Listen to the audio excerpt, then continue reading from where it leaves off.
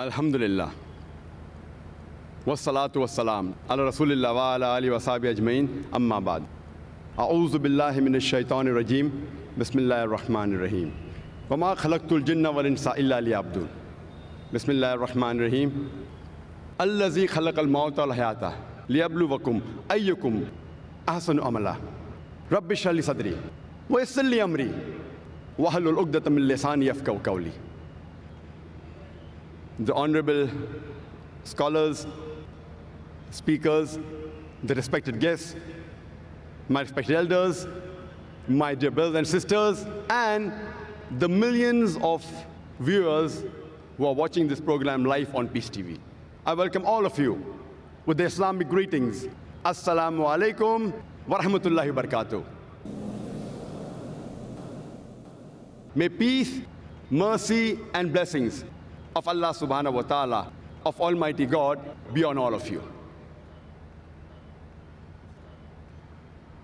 The topic of this last lecture, of the last session, of the last day of the 10-day International Islamic Conference, Peace, the Solution for Humanity, is what is the purpose of our life?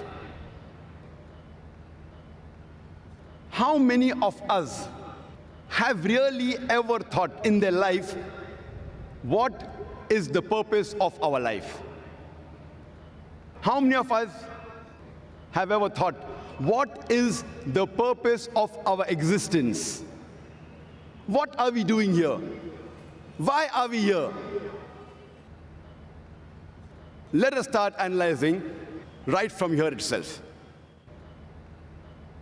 I request all the people in the audience, all of you, if you have ever thought in your life, what is the purpose of your life, please raise your hand. I would like to know amongst the audience, how many of you have ever thought in your life, what is the purpose of your life? Fine, maybe I can see 10, 50, maybe 100 hands.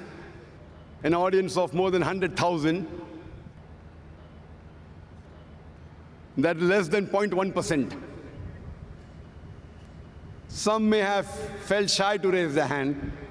So surely I can say less than 1% of the human beings have ever thought in their life, what is the purpose of our life? Is it required that should we know what is the purpose of our life? To help you, let me give you an example. Once a man, when he was traveling, and when he came at a crossroad, he asked the passerby, "Where does this road lead to?" The passerby asked him, "Where do you want to go?" The man replied, "Anywhere." The passerby answered, "Then take any road, it will make no difference." Imagine that traveler, he had no goal. Whatever actions he did, whatever deeds he did, it made no difference because he wanted to go anywhere. And many of us are leading our life in the same way. Let me give you one more example. Imagine there is a builder who starts constructing his building, and he lays the foundation and he digs a big hole for the foundation. And when you ask him, "How many stories is your building going to be?" he says, "I don't know." "How many square feet is the built-up area?" He says, "I haven't thought of it." The builder has got no goal at all. Once there was a man who told his neighbor, "Your dog always chases vehicles and cars. I wonder, will your dog ever catch up with any car?" The neighbor replied, "I don't wonder whether he'll catch up or not. I wonder if my dog catches up with the car, what will he do? The man who asked him, will the dog ever catch up with the car? He's short-sighted. The neighbor who was the owner of the dog, he was far-sighted. Even if he caught up with the car, what will he do? What is the purpose of his goal? And unfortunately, many of us, we are leading our lives same fashion, just like the dogs. You know, people do graduation, and you ask them, why are you doing graduation? And they don't know the reason. Just because they want to be a graduate. What will you do after you finish your graduation? I haven't thought of it yet. Most of us are leading our lives like the traveler or like the dog who's chasing cars, absolutely without a purpose. Many of us, we copy goals of others without scrutinizing it. When we ask a student, why are you doing commerce? So he will reply, because my friend is doing commerce.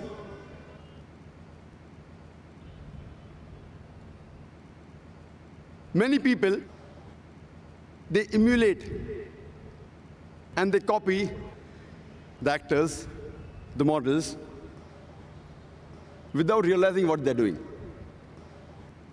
Once a person comes from the village to Bombay to become a millionaire.